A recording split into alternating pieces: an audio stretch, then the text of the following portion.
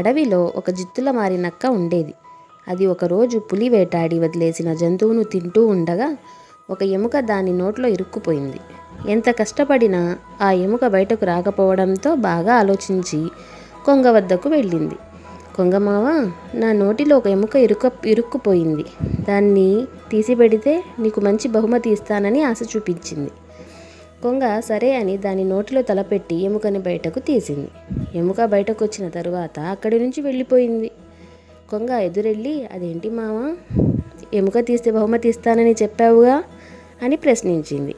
నువ్వు నా నోట్లో తలపెట్టినా నిన్ను తినకుండా వదిలిపెట్టాను చూడు, అదే నీకు నేను ఇచ్చిన బహుమతి, చెప్పింది నక్క. ఈ కథలోని నీతి ఏంటంటే, చెడ్డవాళ్లకు మంచి చేసినా కూడా వారికి కృతజ్ఞత ఉండదు.